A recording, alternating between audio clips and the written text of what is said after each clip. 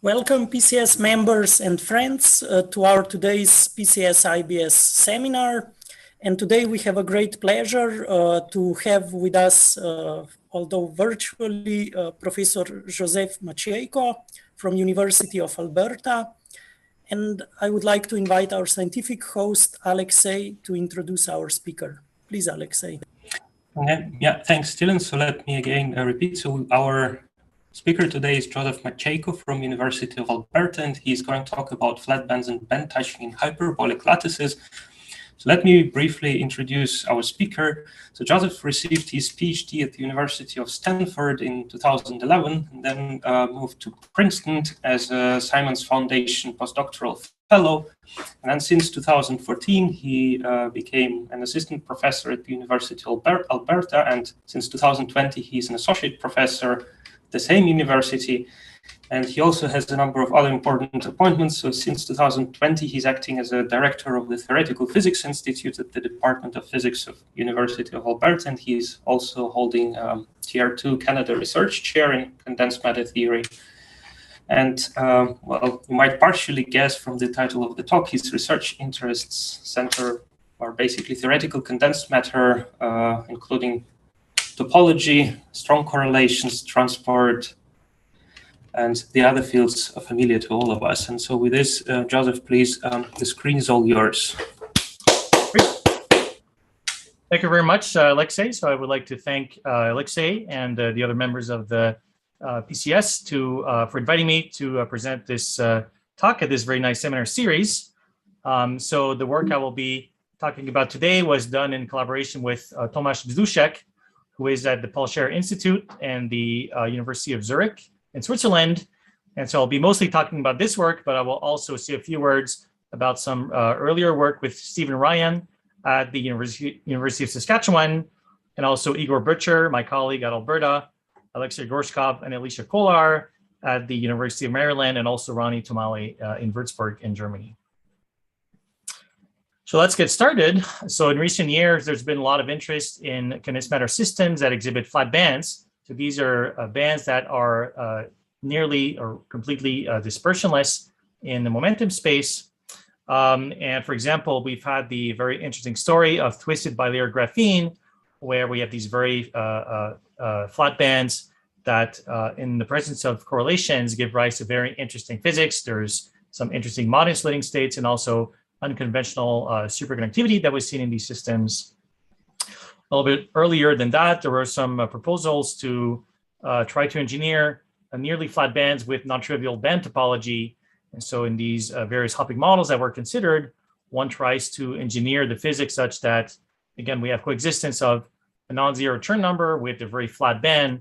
And then if we fill these bands partially with, let's say, some rational filling factors, and in the presence of strong correlations, maybe we can engineer exotic states like fractional quantum Hall type states. And then also we know that in the presence of the correlations in flat bands, there can be magnetism. We can have ferromagnetism, for example. And so there are some compounds, for example, on the kagome lattice, where there seems to be this coincidence of flat bands in the band structure, and also the presence of spin polarization in these systems.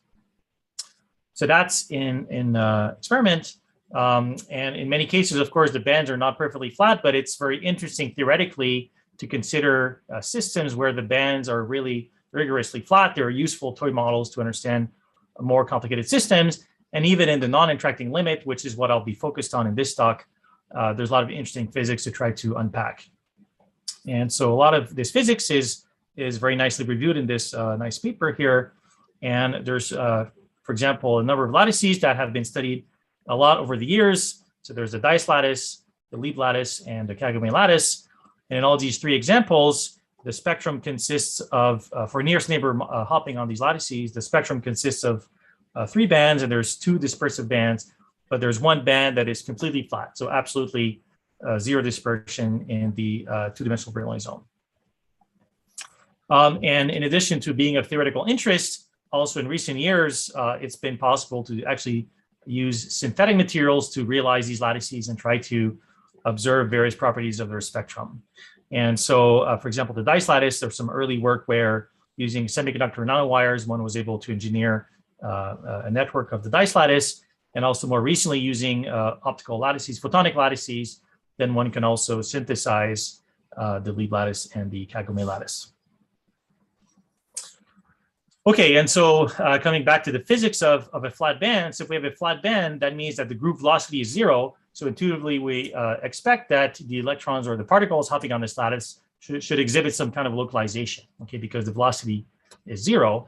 And indeed, it was shown, I think the first person to really study this in detail was Bill Sutherland in this old paper from the mid-80s, where he showed that actually we can construct exact eigenstates of hopping Hamiltonians on these lattices that have strictly compact support. And so that means that the wave function has non-zero amplitude on a finite number of sites, which is kind of an unusual property. Usually wave functions can be localized maybe exponentially, but there's always a tail. But in this case, the support can be strictly 0, and we call these states compact localized states, or CLS. And so the example studied in this early paper was the dice lattice. And so Sutherland showed that you can write an eigenstate which is supported on a hexagon, 6 sites that surround a site that has coordination number 6 with alternating probability amplitudes. And the reason that this is an exact eigenstate of Hamiltonian can be understood from the physics of destructive interference. So if I write down the Schrödinger equation for the wave function of this tight binding Hamiltonian, then the basic idea is that we can make the wave function on a site I that is outside the support of the wave function vanish, as long as there is exact cancellation of the left-hand side here. And so, for example, if the nearest neighbor amplitude t is the same on all these bonds, but the wave function alternates in sign, and there's an even number of sites, for example, here, there's a plus and a minus, then the amplitude, the hopping amplitude will interfere destructively on this site, and therefore this wave function can be an exact eigenstate. Okay, and so these eigenstates now, there's one per unit cell, and now you can translate them throughout the lattice to generate a macroscopic number of eigenstates, giving you a flat band. But also, if you superpose them, you can generate other eigenstates that are equally valid. They're degenerate, and so one can construct other eigenstates. And indeed, these correspond to contractible loops on the lattice. Okay, and so we can see already that there is a presence of kind of real space topology in this physics, and that will play an important role throughout the talk. Okay, so but there's an interesting twist in this, which is the fact that actually, if we place a system on a torus, then this basis of CLS is not a complete basis. Okay, and so that was observed in this very nice work by Bergman, Wu, and Balents, where they wanted to understand the physics of these flat bands in momentum space, and then comparing that with real space. And so if we want to study the physics in momentum space, then we're going to consider periodic boundary conditions. And so we're going to put this lattice on a torus. And in this case, what they observed was that if we take a linear combination of all these CLS states, one on each unit cell, then we see that there is exact cancellation at every side of the lattice, okay, because there's a plus and a minus that annihilate on every side of the lattice. And if there is no boundary, then the sum of all these CLS gives us identically 0 everywhere on the lattice. And so that means that this set of n eigenfunctions is not a complete set. So there's actually n minus 1 eigenstates. So that's the first consequence of placing our system on a torus. The second consequence that they observed is that we also have an interesting class of extended, this time eigenstates, that also are eigenstates by virtue of destructive interference, but this time they extend along non-contractible loops on this torus. Okay, so there's this string of plus and minuses that again give you a destructive interference if you try to go outside this this kind of string. And because we have 2 independent non-contractible loops on this torus, there's going to be 2 independent eigenstates that we need to add on top of these sort of contractible CLS states. And so if we put everything together, then there's n CLS states minus 1 for the constraint, and then there's 2 of these kind of string states for a total of n plus 1 eigenstates with this flat band energy. And so what is the meaning of the plus 1? Well, that's what they explained in the paper, is that there is actually a band touching. So the n states corresponds to the macroscopic degeneracy of this flat band in momentum space, But this +1 means that there's another state that has the same energy, and that state needs to come from a dispersive band that touches this flat band at exactly 1 point. And so we can understand this spectral feature in momentum space from a real space topology perspective. Okay, so that was for the kagome lattice. Now coming back to the dice lattice considered by Sutherland, then there's a similar construction. Okay, so remember that we had these kind of star state or single hexagon state. Again, there's one per unit cell on the lattice, but again, we can form a linear combination of these eigenstates that will vanish on the torus. So now it's a little bit more complicated because to obtain vanishing at every site, we need to perform a linear combination of 3 eigenstates that will have non-zero support at a common vertex. And so to make this vanish, we are going to involve these amplitudes with this parameter omega, which is one of the 2 non-trivial cube roots of unity. Okay, and we use the property that 1 plus omega squared equals 0 for these non-trivial cube roots of unity. And so now if we repeat this pattern throughout the entire lattice, then we will have this weighted sum of CLS states that again vanishes identically. So there's a linear independence condition, but because there are 2 distinct cube roots of unity, there are 2 distinct linear combinations that vanish, and therefore there's 2 constraints, 2 global constraints on the set of CLS. So there's a -2 now. Once again, we can construct non-contractible loop states on this dice lattice. So they have this particular form. Again, there's 2 distinct loops on the torus, but because of these 2 non-trivial cube roots of unity, there are 2 linearly independent eigenfunctions per loop, and so for a total of 4. And so now for the dice lattice, this prediction from real space topology would predict that there's n plus 2 states. So there is a flat band with n states, and there should be only 2 additional crossing points.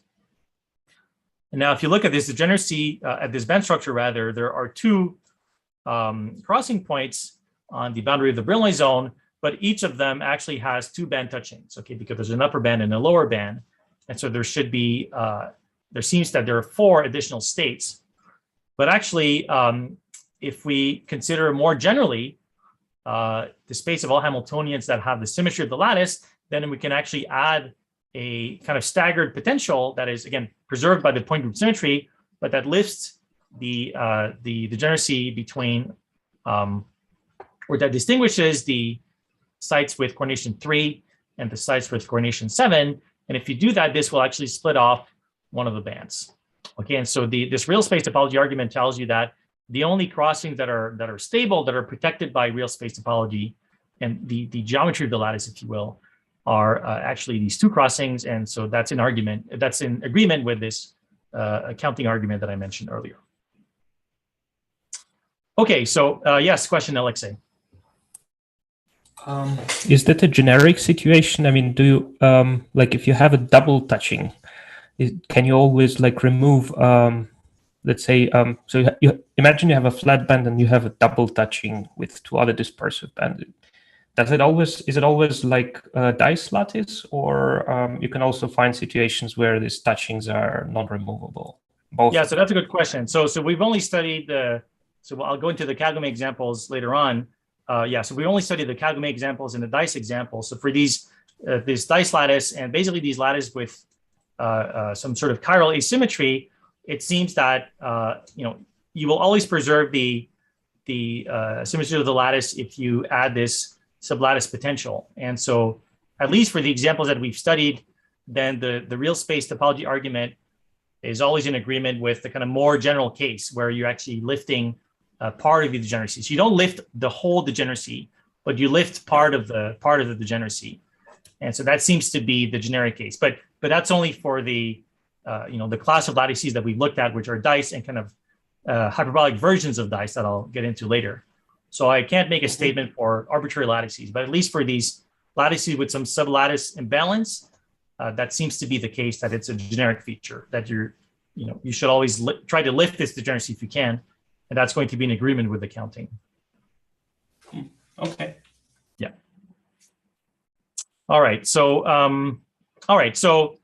So we're talking about Euclidean lattices, but of course, eventually I want to introduce hyperbolic lattices. Okay, so let's remind ourselves how things work out. So in Euclidean space, there's only a finite number of certain lattices or regular tilings, and this can be understood from basic Euclidean geometry. Okay, so here I'm using this so-called Schläfli notation, which is a pair of integers p and q, where the first integer p denotes the number of sides of the polygon that we're going to repeat throughout the lattice, and the second number q is the coordination number of each vertex of the lattice.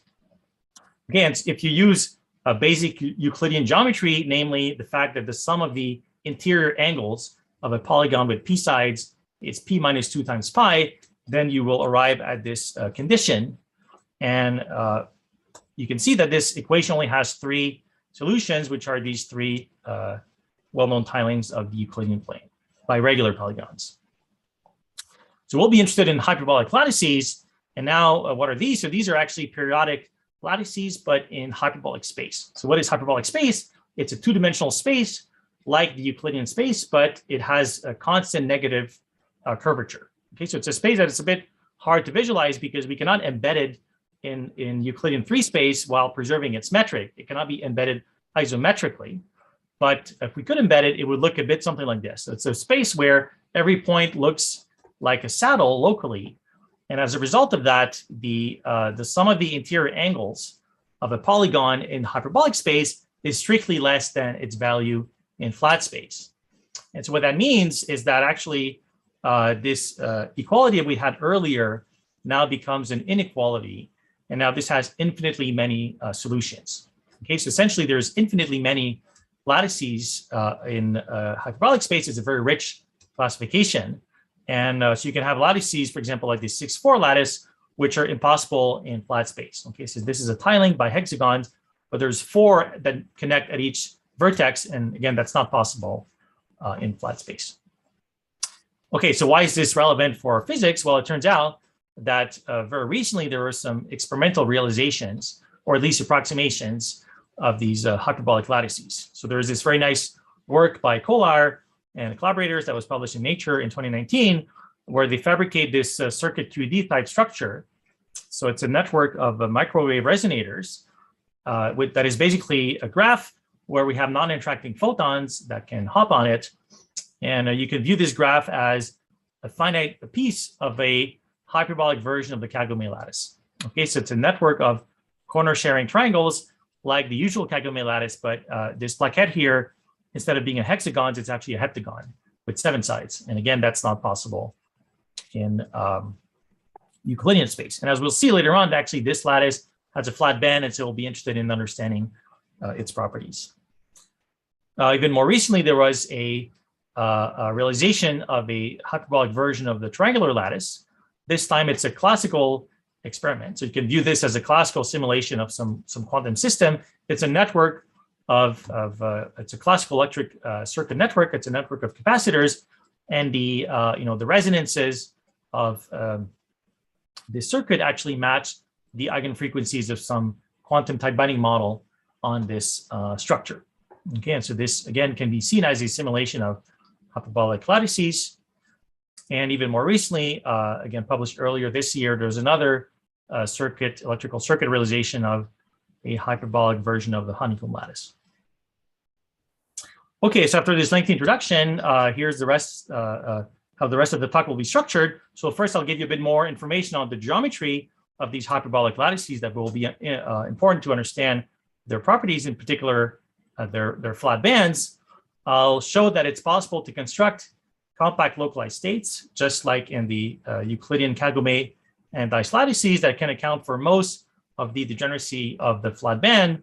However, there are also non-contractible loop states, but to construct them and to count them, it will be important to show how to properly introduce periodic boundary conditions for hyperbolic lattices, which actually is a non-trivial mathematical step. So I'll talk a bit about that. And then finally, we'll try to understand these real space results from a momentum space perspective.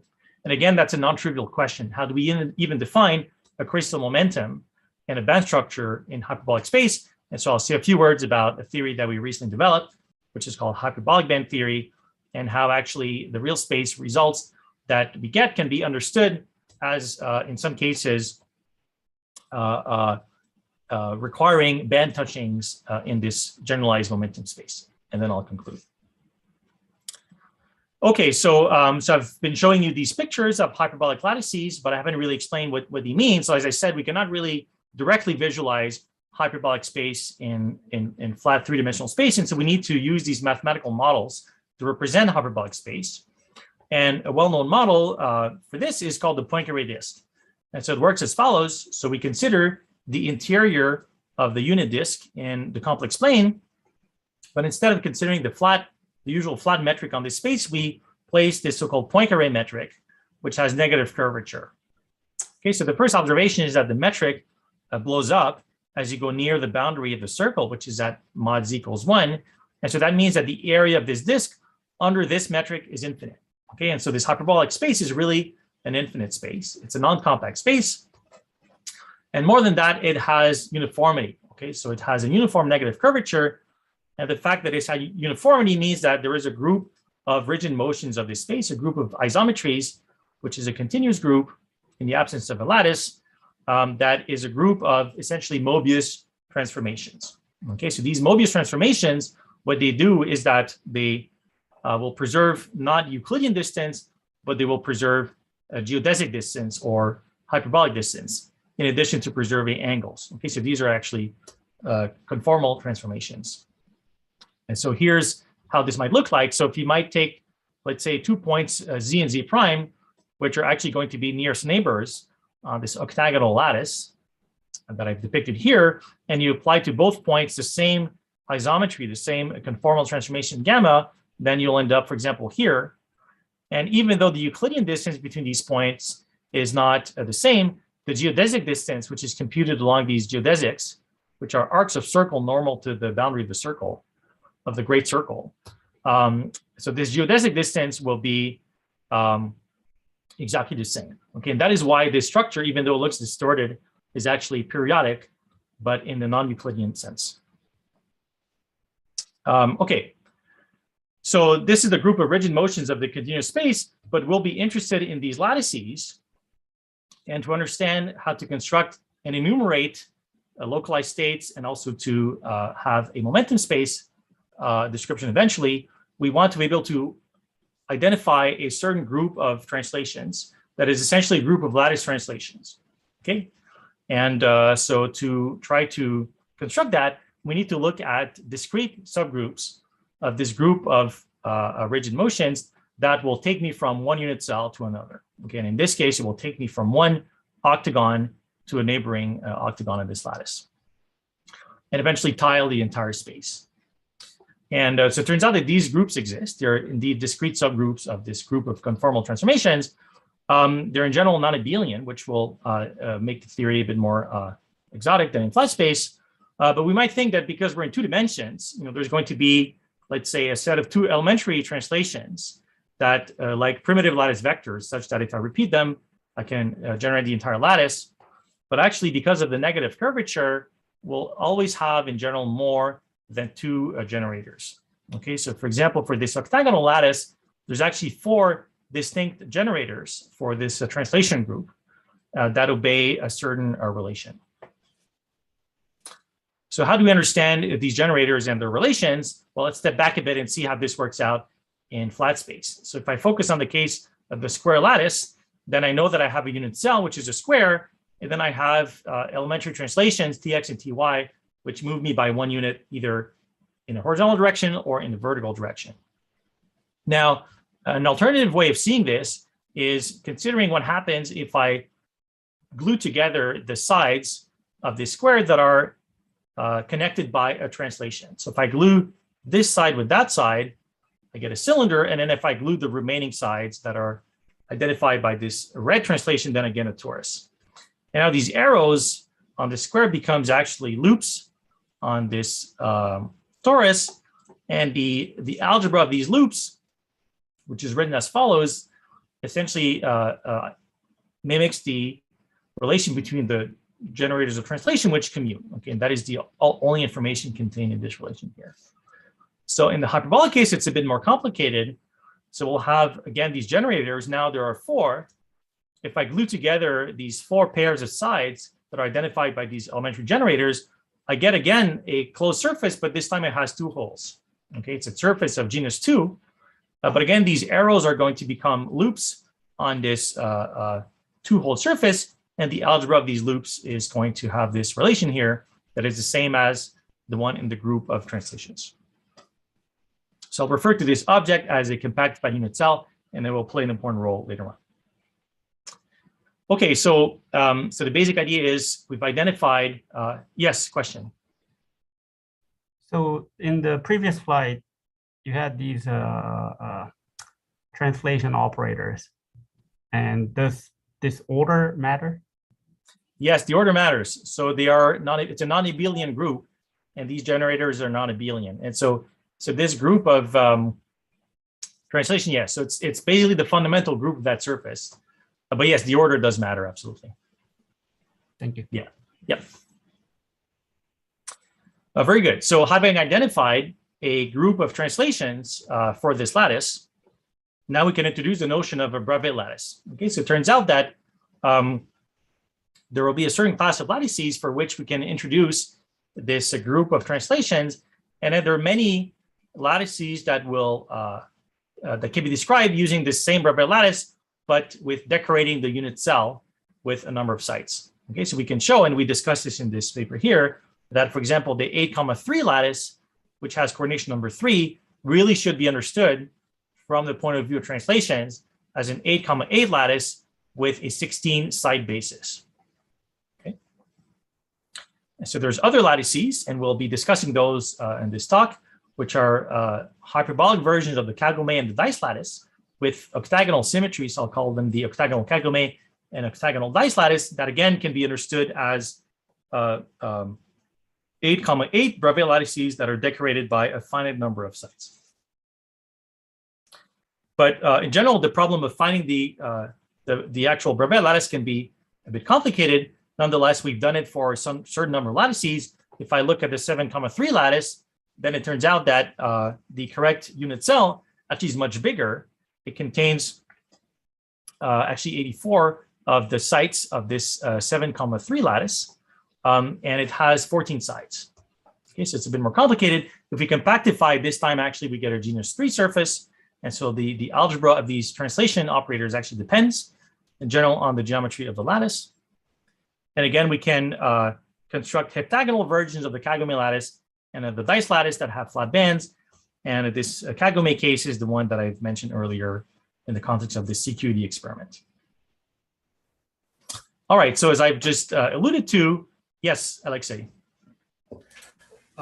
Is there any result similar to what we have in 2D, where there's only a finite number of Bravais lattices? Oh, I mean, sorry, in the flat 2D. Yeah, so already we know that this number is infinite. So we have not enumerated all possible Bravais lattices, but we have constructed infinite families of Bravais lattices. Okay. And in a sense, that you can view this as a consequence of the fact that, from this earlier picture, if I go back a bit, remember my picture about the tilings. So in the Euclidean case, the PQ tilings, we only had a finite number of them in the flat space, this picture here. But already, if you look at all these tilings, there's an infinite number of them. And so it's not a proof, but it suggests that there's, there could be an infinity of Bravais lattices. And indeed there are. Yes. Okay. Yeah. Thanks. Yeah. So this crystallography in hyperbolic space is actually quite a rich problem.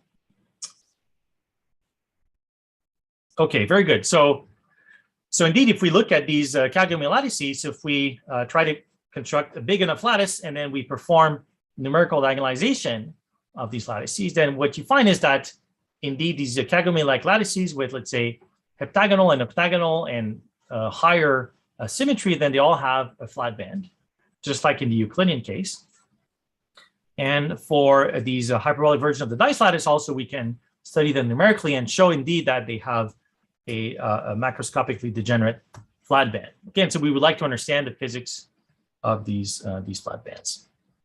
One interesting observation, so not only do they have flat bands like in the Euclidean case, but there's also a phenomenon that, at least for these lattices, these kagome and dice lattices has no equivalent in the flat space, which is the fact that the flat band is gapped. Okay, so we saw that for the kagome and dice lattices, we had a band touching, but actually for some of these kagome lattices and some of these dice lattices, namely the odd-sided ones, there's actually a gap in the spectrum. And so we would like to understand the flat band degeneracy, the touching, and also the gaps that can occur in these hyperbolic lattices.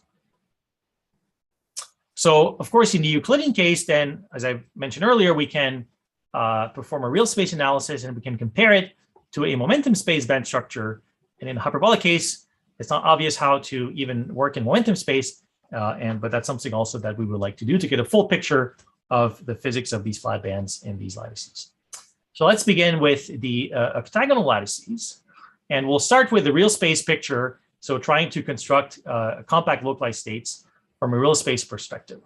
So we'll start with the octagonal kagome lattice. So we'll directly try to generalize the construction of this hexagonal state that we can move around in the lattice. Indeed, we can construct one that will be this time a single octagon with alternating probability amplitudes. We can show that it has, again, a flat band energy of +2 if we consider negative hopping -1, or actually we'll be considering positive hopping +1, so the flat band energy is at -2. We can show that this is an exact eigenstate. Now to have the correct counting, we'll use our octagonal unit cell. And so we can see that there's actually this time 6 distinct single octagon CLS states per unit cell. So there's a central one, and then we have 4 pairs that are shared between 2 edges. And then there's another octagon here that is shared between, there's 8 octagons that are shared by 8 vertices. So this also contributes 1 single octagon. Okay, so we have 6 single octagon states per unit cell for a total of 6n flat band states if I have n unit cells. Again, there is a constraint, which is very similar to the constraint for the flat space case, which is that on the compact surface, if we add up all these octagons, all these amplitudes cancel pairwise on every site. And so there's 1 global constraint for a total of 6n-1 independent CLS states. For the dice lattice, again, it's similar to the Euclidean case.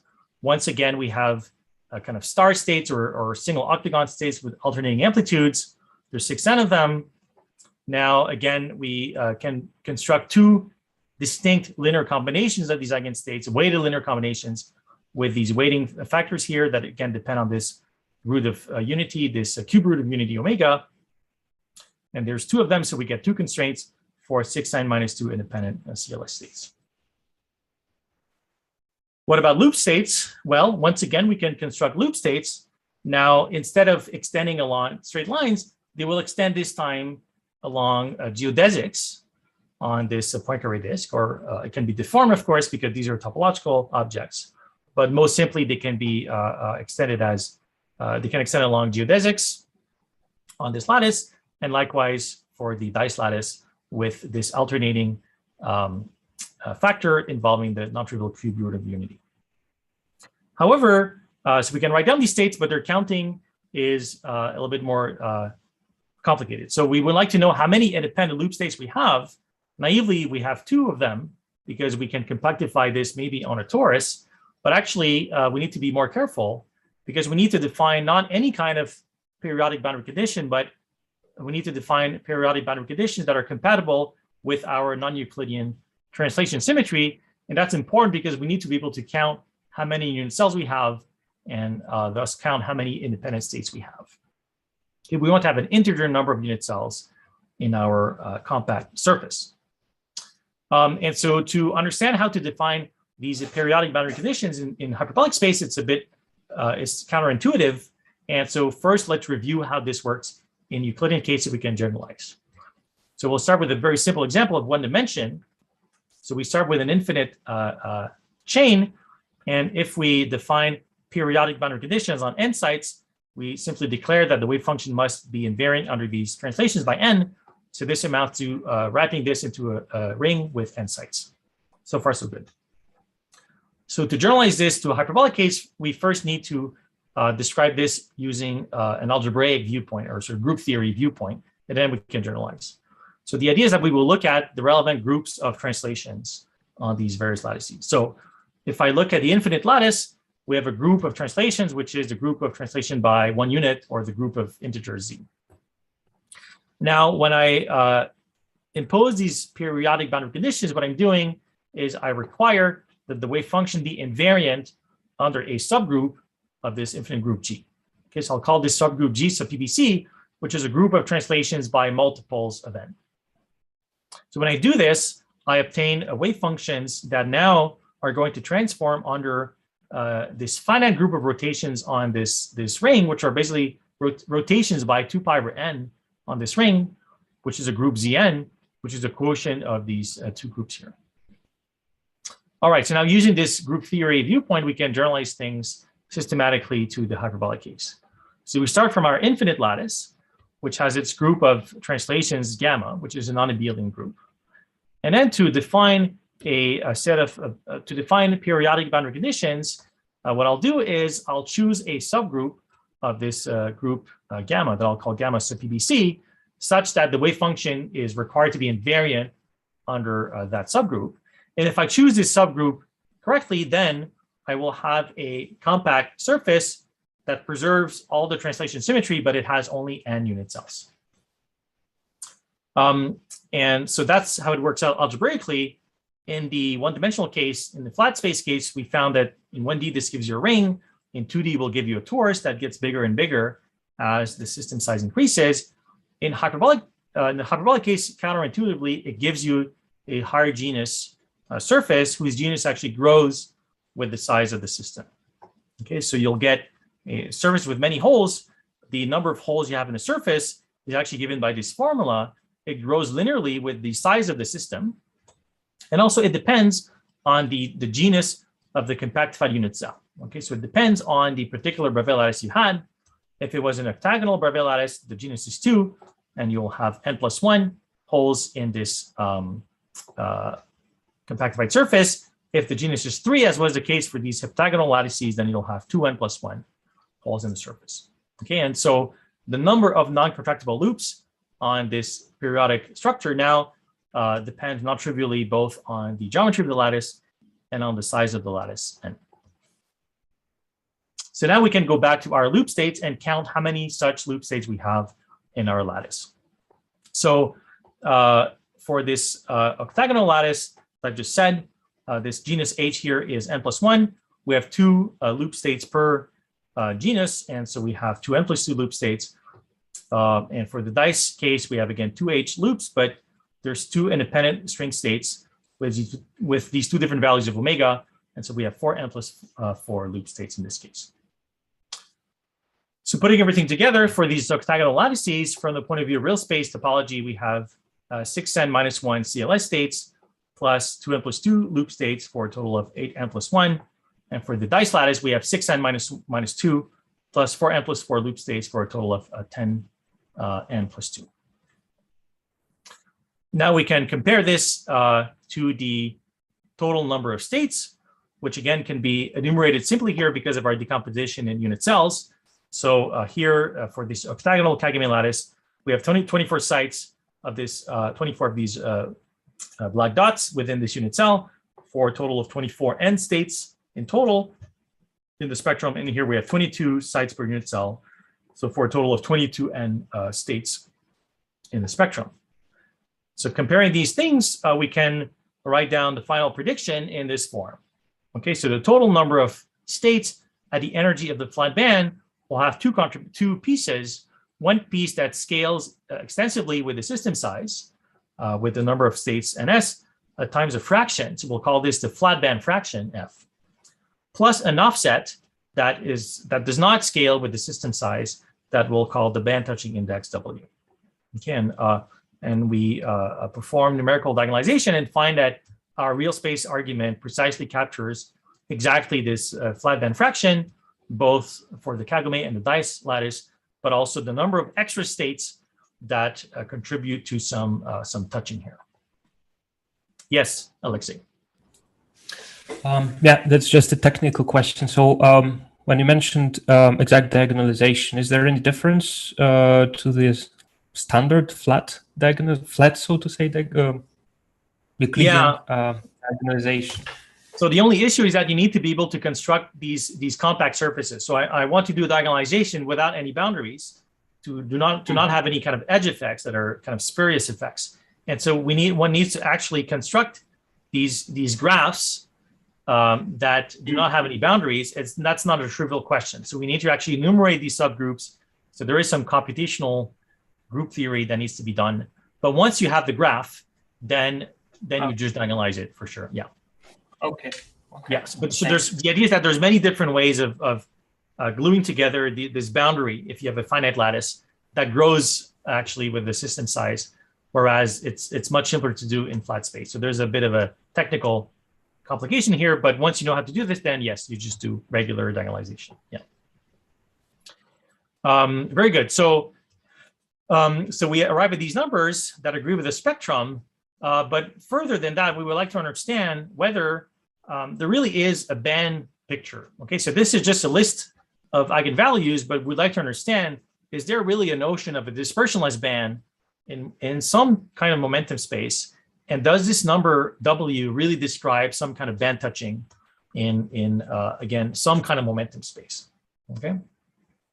And so to be able to even introduce a notion of momentum space, then we need to ask ourselves, is it even possible to construct block waves on a hyperbolic lattice? Okay, so I'll only say a few words here, but again, let's remind ourselves how things work out in flat space. So in flat space, if I look again at the square lattice, then a block wave will be an eigenstate of the Hamiltonian, and it has this property that if I translate the wave function by one unit in the x direction or the y direction, I'm going to pick up a phase factor that is e to the I x component of the crystal momentum or y component of the crystal momentum. So another way to view what these phase factors are is again using my compactified unit cell picture and viewing these as Aharonov-Bohm phases that are threading the cycles of this torus. Okay, so the idea is, imagine that you're a particle that is crossing this unit cell adiabatically. As you go around this unit cell from the left to the right, you're going to pick up a block phase factor, and you can view this as an Aharonov-Bohm phase, some magnetic flux that you pick up, some phase that you pick up due to a flux kx that is threaded through this cycle of the torus. Likewise, if you go in the y direction, you're going to pick up a phase factor, a Berry phase, that can be seen as coming from some magnetic flux that is threading this torus here as you go around it. Okay, and then how the energy depends on these Aharonov-Bohm phases precisely is what gives you the band structure. So likewise, using our compactified unit cell picture for hyperbolic lattices, we can construct an infinite family of eigenstates that are essentially hyperbolic versions of a block wave. So the idea now is that the wave function will pick up a phase factor as it is translated by one of these elementary generators. And since we have 4 elementary generators, or if you will, 4 loops on this compactified unit cell, then I can thread 4 distinct fluxes. And these we will define to be components of some kind of hyperbolic crystal momentum. So what's interesting here is that even though real space remains 2-dimensional, momentum space is defined to be a higher dimensional torus whose dimension actually depends on the type of Bravais lattice we have. So using this block ansatz, we can actually compute the band structure. And using the band structure now that lives in 4-dimensional momentum space, so I'm plotting it here along some direction in this momentum space, which is the 1, 1, 1, 1 direction. We see that again, we get the same kind of picture. Okay, so there's going to be a flat band at energy -2, as seen in the numerics, but now it's in momentum space. And this extra state is seen to correspond precisely to a band touching. Okay, so there's a dispersive band in this generalized momentum space that touches the flat band precisely at one point, and which allows us to understand this number W as really a band touching index. Likewise, for the dice lattice, again, having turned on this sublattice potential, we find that, again, there is a touching between the flat band and 2 dispersive bands this time, which accounts correctly for this band touching index W of 2 here. Okay, so far I've talked about the octagonal lattices for dice and kagome. I've shown that using real space topology, numerics, and also momentum space arguments, we can actually understand completely their spectrum. We can understand the flat band, and we can understand the origin of these band touchings. Now, if we look at the heptagonal lattices that I haven't talked about yet, then in both the dice case and the kagome case, we find that there is a flat band, but this time the flat band is gapped. Okay, and again, this has no analog in the Euclidean case, and also not for these heptagonal cases. And so we would like to understand why is it in this case there is a gap and there is no touching. So again, we'll go through the same argument. So first, we'll start from our real space picture and try to construct compact localized states for these lattices. So the first observation is that if you try to construct these single polygon states, what you find is that they're frustrated. Okay, so just because of the fact that now we have an odd number of unit cells, you try to construct this state with alternating amplitudes plus minus 1, you find that this cannot be satisfied in general, and therefore this type of CLS is not a valid choice of CLS for these odd-sided lattices. So already you see that there's a key difference between the odd-sided lattices and the even-sided lattices. So it turns out that we can construct CLS states, but they're a bit more complicated. So for the case of the heptagonal kagome lattice, this was discussed by Kolar and collaborators, where they showed that the simplest, the most compact CLS one can write down actually involves a pair of heptagons. And now there are 12 sites in the support of this CLS, and now we can define a properly alternating wave function that is a correct eigenspace for this problem. And for the heptagonal version of the dice lattice, we showed that we can construct the CLS that we think is the most localized one that now lives on a triplet of heptagons, and we call it a star triplet CLS. Yes, Alexei. Yeah, my question is precisely, is there a proof these are the smallest possible? Yeah, that's a great question. So we don't have a formal proof. So we tried many different choices, and that's all we could come up with. And in this paper, that is a very mathematical paper, there are arguments that may show that this is the most localized state. I can't say for sure. But as far as I know, yeah, I do not have a formal proof that these are the most localized ones. So it was basically trial and error for these lattices. Yeah. Okay. Yeah, thanks. Yeah. And so we work with these. So we having constructed one, we would like to construct all the CLS in the lattice. And so it's very clear that even within this unit cell, because it's so large, there are going to be many of these CLS that can fit in the unit cell. So to try to enumerate them, we use a bit of geometry. So we observe that this heptagon pair CLS, actually, you can view it as being bound to a single edge of this 3-7 tiling that I overlaid in blue on top of the kagome lattice. We can count how many edges of this 3-7 lattice there are contained inside this 14-sided polygon. And if you do this counting, there's 84 of them. So there's going to be 84 distinct heptagon pair states that you can place around the unit cell. And for the dice lattice, now each of these star triplet states is bound to a single triangle of this 3-7 lattice. And again, you can count how many triangles there are inside this 14-sided polygon, and there's 56 of them, and therefore there are 56 of these star triplet CLS states per unit cell of the lattice. So these are the CLS. Now, again, we need to look at whether there are constraints between among them. So this time, instead of a single global constraint, there's actually many constraints. Okay, so for this kagome lattice, we can see that actually if we linearly superpose 3 heptagon pair states that are bound to the 3 common edges of a triangle on this 3-7 lattice, then they all add up to 0. Okay, because again, each site has a plus and a minus amplitudes that cancel out. And so there's going to be 56 constraints because we have 56 triangles of the 3-7 lattice in this unit cell. And so there's going to be 56 n constraints in total. And for the dice lattice, it's a bit harder to see. But again, there's many local constraints. So this time, if you add up the 7 eigenstates that belong to the 7 triangles around each vertex of the 3-7 lattice, that again, it's not easy to see immediately, but we can show that this linear combination vanishes identically. And therefore, there are as many constraints as we have vertices of this 3-7 lattice. There's 24 of them per unit cell, and therefore, we have these 24 n constraints. So that's it for the CLS. finally, we need to look at the non-contractible loop states. Okay, so that's for the independent CLS before I get there.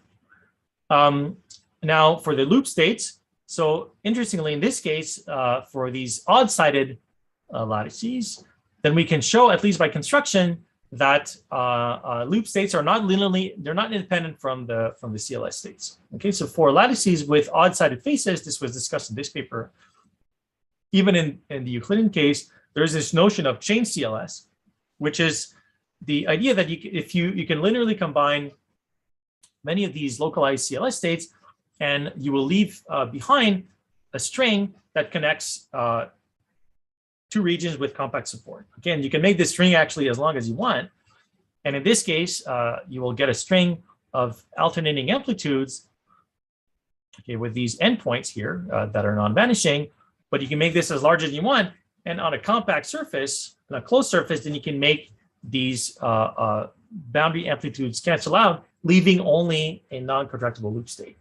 Okay, so if you have a macroscopic superposition of these CLS states, you can actually reconstruct the loop states, which is not something that can be done for the even-sided lattices. So this can be done explicitly for the heptagonal kagome lattice, and likewise, it's a bit more complicated, but you can do it also for the dice lattice, where if you linearly combine star triplet states that are bound to these red and blue triangles along a geodesic, then again, you will leave behind a string that whose endpoints can be canceled on a compact surface. And again, you generate non-contractible loop states purely from CLS states in this case. So finally, from the real space perspective for these heptagonal lattices, the CLS construction with these heptagon pair states and star triplet states actually give us all the states. We can, again, enumerate how many states we have in total in the spectrum. And from that, we obtain a flat band fraction of 1/3 in the kagome case and 2/5 in the dice case. And there's no offset, which suggests that there should be, there's no band touching that is required by topology. Okay, so this suggests that there's a gap. And indeed, in the numerical diagonalization, we find a gap and we find that there's an exact agreement with the expected flat band degeneracy. So finally, to complete the picture, we can also look at things in momentum space. So remember that in this case, I mentioned briefly that this 14-sided unit cell compactifies onto a genus 3 surface, which means that there are actually 6 Aronoff Bohm phases. There are 6 components to this crystal momentum. And therefore, there's going to be a band structure in 6-dimensional space. And if we plot it, we find that indeed there is a flat band and there's a gap that separates this flat band from other dispersive bands. Again, so all the pictures agree, the real space picture and the momentum space picture and the real space diagonalization picture. So I'm coming to an end. So I would like to just briefly summarize and give a bit of an outlook. So hyperbolic lattices are coming to the fore as an interesting platform to simulate exotic band structures. I've shown that we can generalize the kagome lattice and the dice lattice to the hyperbolic case, and that they exhibit flat bands and also band touching points. I've shown that using real space topology arguments and also a generalization of band theory to hyperbolic lattices, we can capture the flat band fraction, the degeneracy of the flat band in these lattices, and also the presence or absence of band touching points. So even lattices appear to be gapless, and odd-sided lattices appear to be gapped. So we have evidence for these few lattices. It would be nice to have a formal proof for all possible kagome and dice lattices. And then we've shown that the correct interpretation of this band touching offset is really, of this integer W is really as a band touching point in momentum space, where we have a dispersionless flat band that meets a dispersive band in this hyperbolic case space at a discrete set of points. In terms of future research, I think there's a lot of interesting directions. One of them is, would it be possible to gap out this flat band in the case that there is a band touching point in such a way that we endow this flat band with some band topology? Okay, so in the usual kagome case, it's known that if you turn on the flux through the plaquettes and the triangles of this kagome lattice, then this flat band will acquire a small dispersion, but more interestingly, will acquire a non-zero turn number. Okay, so that would be interesting to see if something analogous can be engineered for hyperbolic lattices. There's a lot of interest in correlations, of course, in the context of flat bands.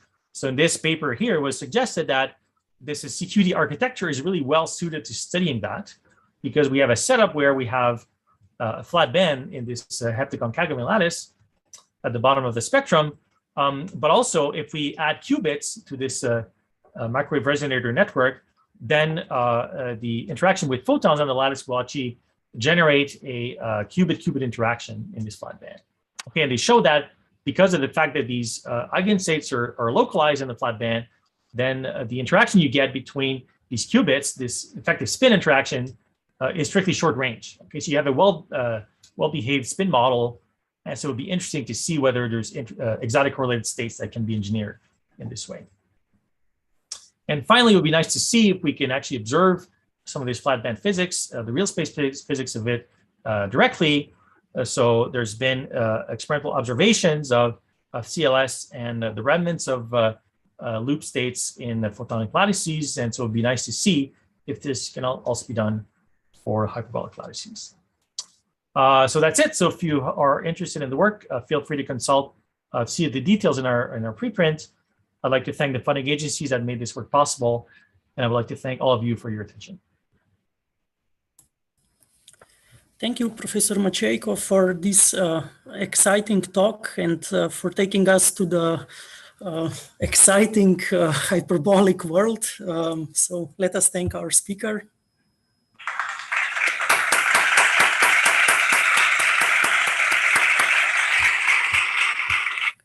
And we have time for questions. Okay. Choi Hyung-sun, please go ahead. Thanks for a very interesting talk. So I have a couple of questions. So first one is that when you showed us the 8 kagome and 8 dice lattice band structures, there seem to be more than one flat band. Is that right? Yes.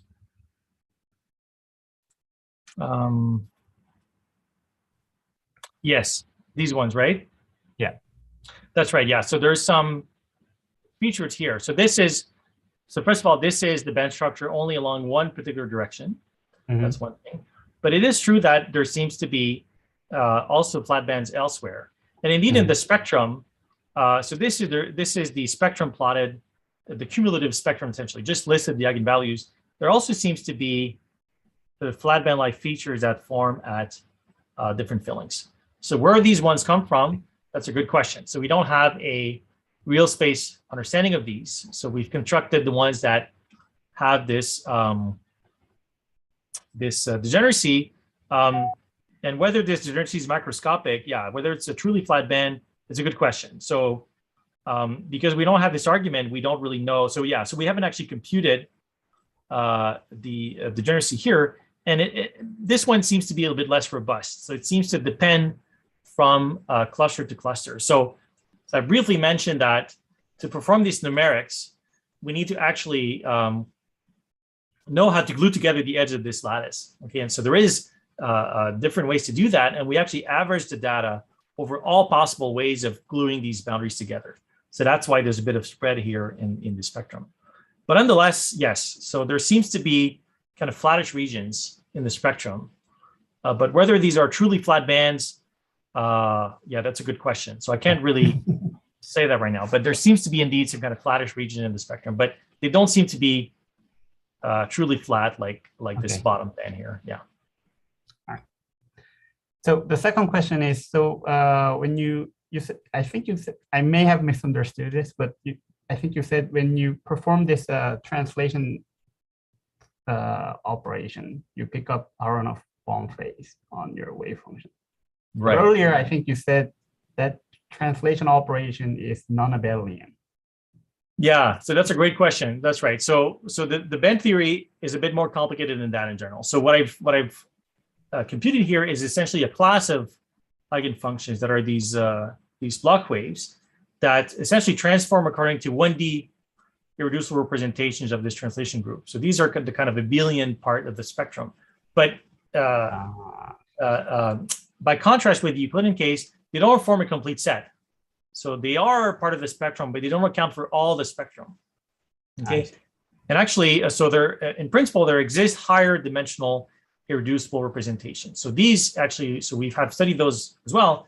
And these we differentiate between what we call abelian block states, which are these 1D reps, and non-abelian block states. So they obey a block theorem, but now instead of picking up a phase, you pick up a matrix in general.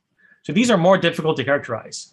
But so actually, since you asked the question, so if you look at this spectrum here, so I haven't explained why there's a red curve and then there's this gray spectrum. But the red curve is actually plotting only the part due to these 1D reps, these abelian reps, the block waves. And the gray spectrum is essentially looking at all the states, and again, plotted on the same curve for all possible compactification, all possible ways to glue this lattice into a finite lattice. And you see that the abelian spectrum, it kind of approximates the full spectrum relatively well, but it doesn't account for all of it. And so the numerics captures all the possible states, whereas this band theory here, it's only a part of the story. But what's interesting is that this band touching really seems to come only from the abelian part of the spectrum. So the non-abelian states do not participate in the touching, and the abelian states participate in the touching. So it's sufficient to show, for example, if you're interested in knowing whether the spectrum is gapless or not, if you show that it's gapless using the abelian part of the spectrum, then it's gapless. If it's gapped, if the abelian part of the spectrum is gapped, it's not necessarily the case that it's completely gapped. But numerically, what we find is that there's no states, for example, in this case, there's no states whether 1D reps or higher dimensional reps in the gap. There's really no states at all. But in general, yeah, you should always check for all your reps to get a full picture of the band structure. Yes. Okay, thank you. Oh, can I ask just one last question? Of course. So is there any example of a natural system that this kind of physics? That's a good question. Yeah. So obviously the difficulty is that how are you going to engineer? There needs to be negative curvature, right? So there's approximate realizations where if you had a lattice on, there are some embeddings, there are some surfaces in 3D that have, a negative curvature. So there is a surface called the tractrix, which is some kind of surface with, a hole, and the surface itself has negative curvature, but it's not a complete space in the sense of it's not geodesically complete. So there's holes in the surface and so on. So you might think that, okay, maybe this is another realization, but that's right. But these are all synthetically engineered. So yeah, I'm not aware that there would be any kind of natural realization. Yeah. To the by contrast with, let's say, quasi-crystals, right, where we do have natural realization. So you would want some interaction to naturally give you this kind of ordering, which is not obvious how this would come about. So at least for me right now, these are just engineered systems. Okay, thank you. Sure. We also have a question from Sung Jong. Oh, thank you for the nice talk. This question may be a little bit off topic. I'm wondering if there's any, in the hyperbolic space, rather than the kagome lattice, the normal, the counterpart for of the hexagonal lattice, like heptagonal or octagonal lattice, is it also possible to think about the Chern number style topology? Yes, that's a great question. So I don't have slides here, but indeed there's some work that has already been done on this subject. So in fact, briefly, so if you may recall, the title of one of these studies that I mentioned was observation of topological states in hyperbolic lattices. So there's actually a lattice where one can engineer band topology. So there's different models that have been proposed. And so you might ask, well, how can you test for topology in a hyperbolic lattice? So there are different ways you can do this. So there's, for example, the notion of a real space Chern number. So what you can do is you define, let's say, some hopping Hamiltonian on a lattice like this, and then you consider that there's no translation symmetry. So you can use some of these expressions for the Chern number that were developed, let's say, for system with disorder. So Kitaev for example, defined this real space Chern number in his famous paper in 2006.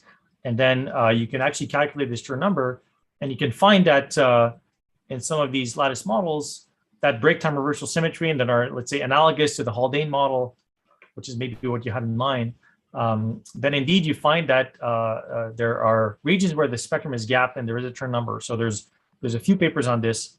So I haven't listed them all here, but yes, there seems to be ways that you can indeed engineer non-zero Chern numbers. And what's interesting also from our point of view for this band theory is that you can also compute invariance in momentum space, in this generalized momentum space. And you find it in some cases, they are non-trivial. And so it will be really interesting to understand, the real space, momentum space connection, which is still not clear. But the answer is yes. Yeah. So in that case, like, I mean, the shape of the momentum space is also like the genus 2 or 3 torus. No, that's the thing. So the real space, this higher genus surface is the compactified unit cell, but the Brillouin zone, if you will, is still a torus, but a higher dimensional torus. So it's like T4 or T6. So it's a toroidal space, but of higher dimensions. And so it would be something like the Brillouin zone of a 4D system or a 6D system. So you can try to calculate, for example, a second Chern number or Chern number in certain momentum planes. And you find it in some cases they are non-zero as well. So yeah, the answer is yes. There seems to be some band topology in real space and also even in momentum space for these systems. Yes. Okay. Okay. Thank you. Yes. Sure. We also have questions or comments from Alexei. Yeah, well, I have several. So one is basically a continuation. I'm wondering. So for the flat bands in flat space, there's a no-go theorem stating that you cannot have CLS flat band and Chern number. Do you know whether that still holds for hyperbolic lattices? Yes, that's a good question. So I would believe that it's the same in the sense that, right. So of course, if you try to construct, for example, things like maximally localized 1U functions, there's a notion of translation symmetry there, and it's not clear whether we can use that here to define 1U functions. I mean, there is a way to define 1U functions in the hyperbolic case as well, but it does not have exactly the same meaning as in flat space. But yes, so my belief is that there should be an analogous result, but I do not know that it exists. So yes, so right. So for this heptagonal kagome lattice flat band, right? So then one can ask, okay, well, of course, in this case, in the model that we are looking at, time reversal symmetry is unbroken. So of course, there's no Chern number, but yeah, if we break time reversal, yeah, so there seems to be evidence that if we break time reversal by, let's say, gapping out the flat band in the octagonal case, then yes, we can induce a Chern number, but the band acquires a dispersion. And so it does not remain flat. So that's partial evidence, but I believe that what you say is correct. But yeah, I'm not aware that there's a proof of that. It's a good question, though. Yeah, and okay, yeah, thanks. And then at the very end, you mentioned the model where qubits were coupled through. I mean, this was at the outlook. So yes. So did the authors there also discuss the correlate? I mean, it's basically hyperbolic. To me, that sounds like a hyperbolic flat band plus some interaction. So exactly. What do you get? Exactly.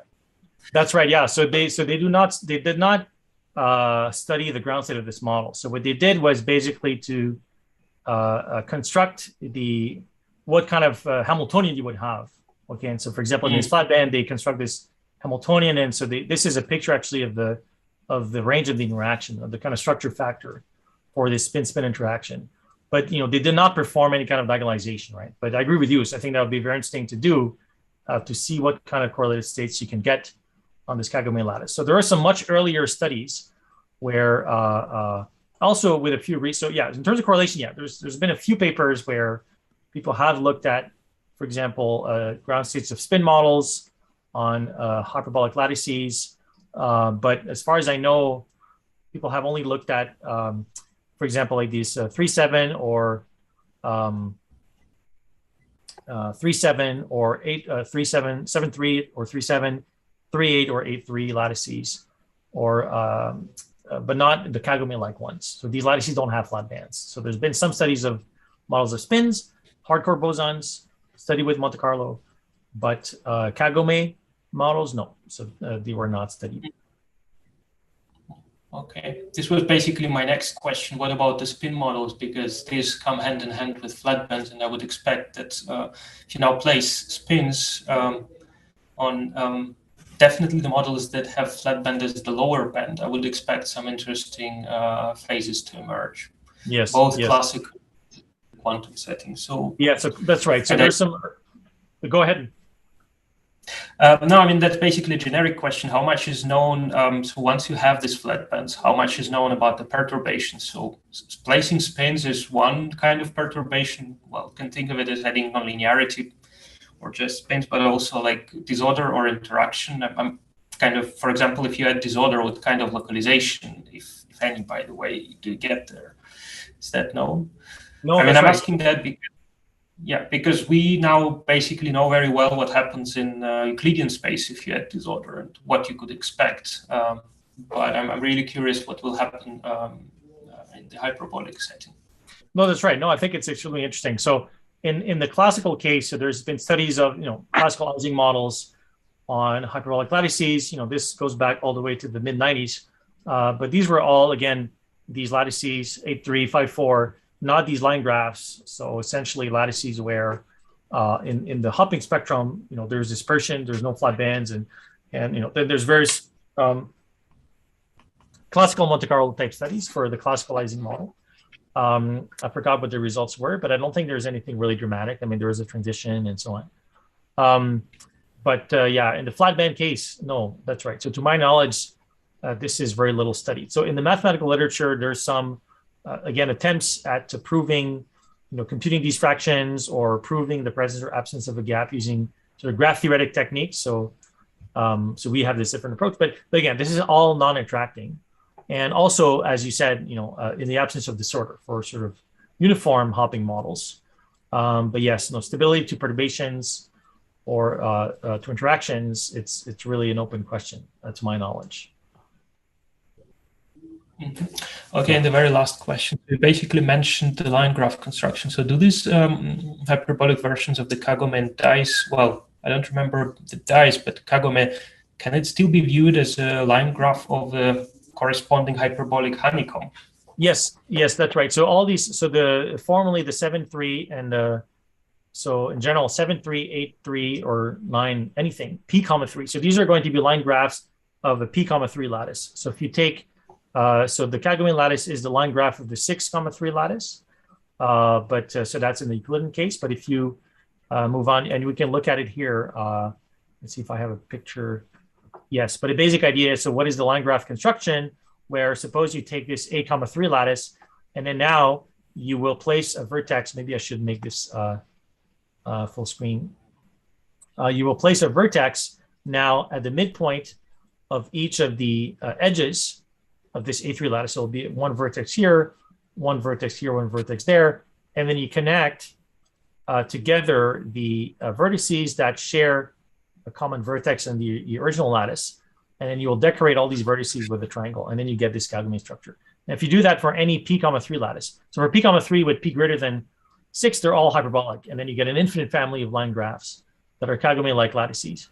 For the dice lattice, it's a different construction. So it's not a line graph construction, but I think there was also a systematic construction for dice lattices. And that's also discussed a bit in this paper that you and I were discussing before the presentation by Vidal and Masseri and another co-author, where they look at, again, a higher version or hyperbolic version of the dice lattice, 8, 7, 8, 9, 10, and so on. So yes, so these they form an infinite family of lattices, and they all seem to have flat bands. Yes. Okay. And again, there's an interesting dichotomy between, so the even-sided case for both kagome and dice seem to have a gap flat band, and then the even-sided seem to have a gapless flat band, and then the odd-sided ones, they all seem to have a gap flat band. in the absence of any perturbations.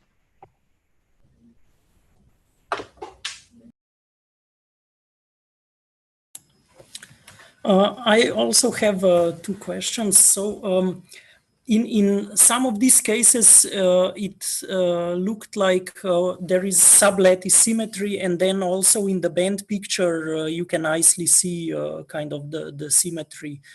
So can you kind of understand this in the symmetry perspective, and also what is then kind of the connection to the tenfold way, and is there kind of such a classification on hyperbolic spaces? Yes, very good. So so one thing we can say is that indeed these lattices. So for the dice lattice, for example, then there is there's a chiral asymmetry that is useful. So so indeed this dice lattice, all these dice lattices, they're bipartite. So for example, in the 7 dice lattice, you're going to have if a set of 3-fold coordinated vertices, and then a vertex with 7-fold coordination.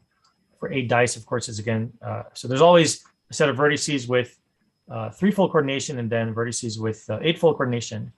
And then, in fact, the degeneracy of the flat band, you can find a lower bound on it from this chiral asymmetry imbalance. So if I denote by, so the difference between the number of sites and the A sublattice and the B sublattice, NA minus NB, that's non-zero, and that will give you a lower bound for the degeneracy of the flat band.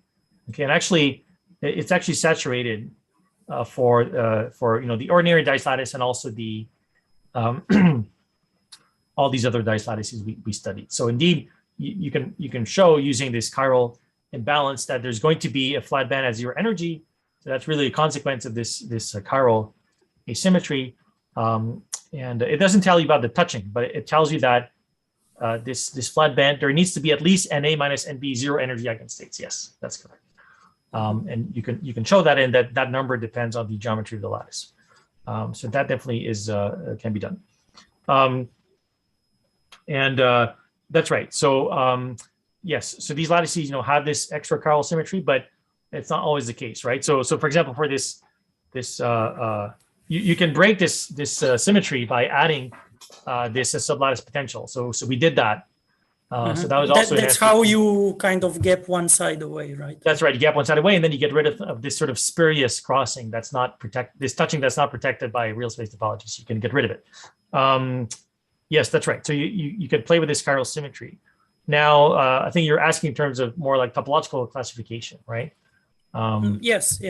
Yeah, so that's a good question, right? So that's not something we've looked at too closely so far, but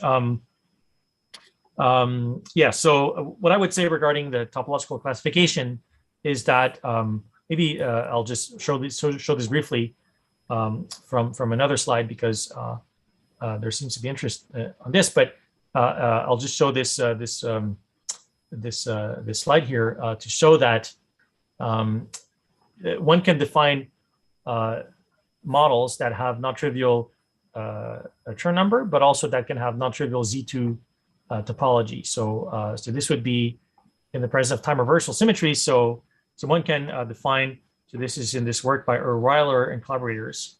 So one can define a Haldane type model that has these secondary hopping with non-trivial phases that seems to have protected edge modes, chiral edge modes. And one can also define a Kane-Millet type Hamiltonian. So I haven't shown the Hamiltonian, but it's basically this type of Hamiltonian, but now with spin up and spin down, and also some Rajba type terms that break the SZ conservation symmetry. So it's really only protected by time reversal. And in this model, they seem to find helical edge states. And also, as I mentioned earlier in response to another question, you can define invariant. So there's a Chern invariant, and there's also a Kane-Millet invariant in real space that seems to be quantized, and even invariants in momentum space that seem to be quantized. So that's for the sort of T symmetry. Yeah, so now we can try to look at chiral symmetries. Usually they're associated with superconducting BDG type Hamiltonians. But in principle, yeah, one can play this game as well for these lattices in general. Yeah, so I don't know if that answers your question. Yes. Okay. Thank you. Sure. Another question. So this was kind of two-dimensional going to hyperbolic. 1D probably doesn't exist, or how? That's right. And also 3D and higher. What happens then? That's right. That's right. So so in one dimension, there's no notion of curvature, and so you can't really speak of hyperbolic space. In hard dimensions, yes, definitely. So you can look at, for example, the hyperbolic space it can be defined in all hard dimensions, 3 dimensions, 4 dimensions, and in principle, yes. So there are regular tilings of hyperbolic space in hard dimensions. Of course, the difficulty there will be, how can you synthesize these objects? So one will have to think about things like, synthetic hard dimensions and so on, which can be difficult. But at least in terms of defining some Hamiltonians and mathematically studying this problem, it can be defined. So there's a lot of mathematics behind this. So classifying tilings of the 3-dimensional hyperbolic space. So there is a notion also of translation group that are known as Kleinian groups, and there's also topology involved.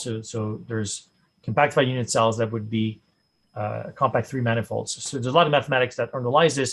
But yeah, in principle, this can be studied as well. So hard dimensions, yes, you have hyperbolic geometry. In 1 dimension, though, you don't, because there's no curvature in 1D. Mm-hmm. And probably it gets much more complicated than what you presented. Mm-hmm. That's right. Yeah. So it's already not trivial to deal with this curvature, especially if you go to this momentum space description. But in a real space, okay, one can draw things. But yes, to represent this hard dimensional hyperbolic space becomes quite difficult to visualize and to work with. Yes. In 2D, it's still manageable. Yes. Okay, thank you. Sure. Do we have any other questions from the audience? Sung Jong? I have one more question. Sure.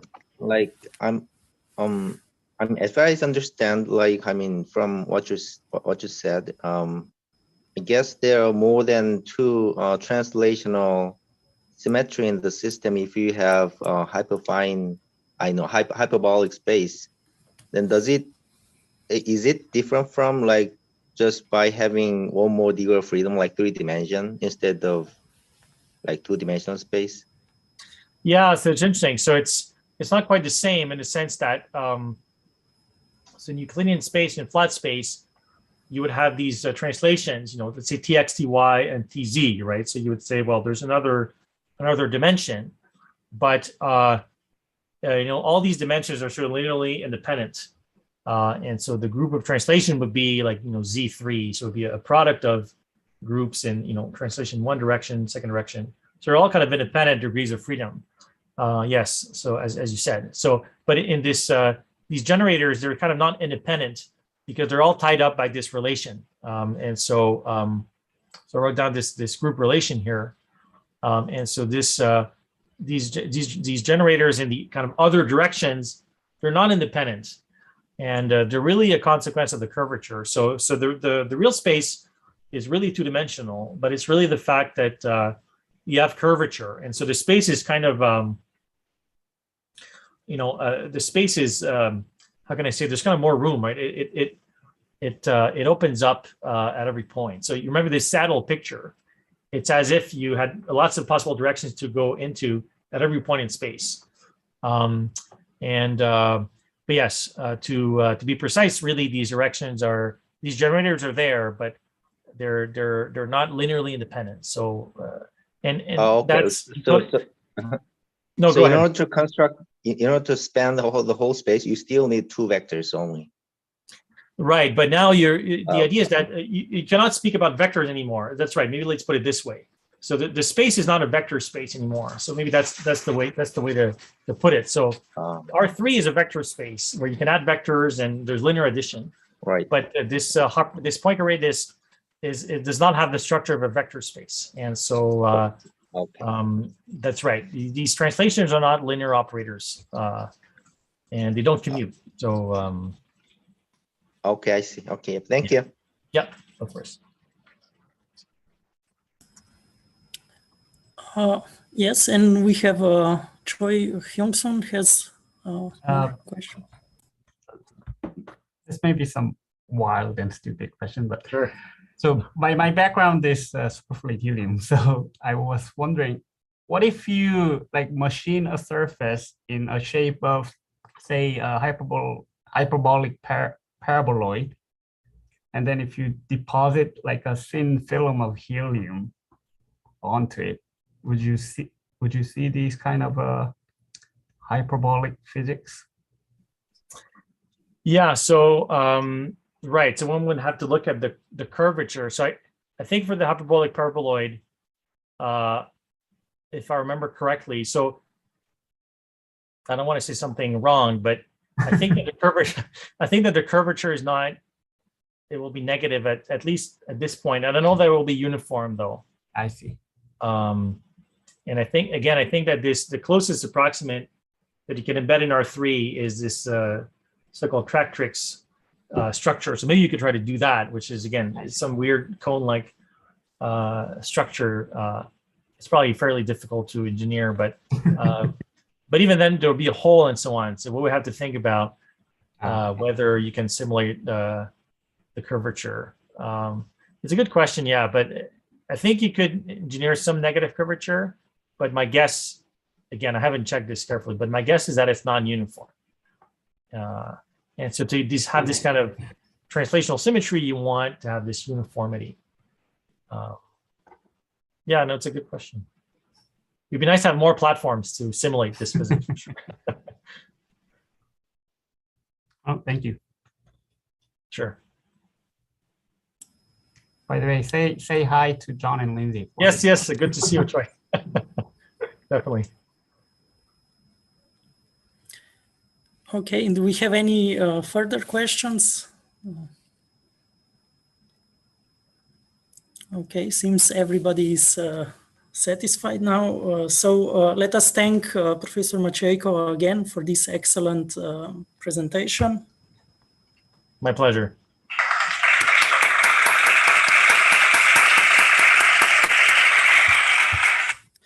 And thank you all for joining. I hope you will find your way back to the Euclidean space and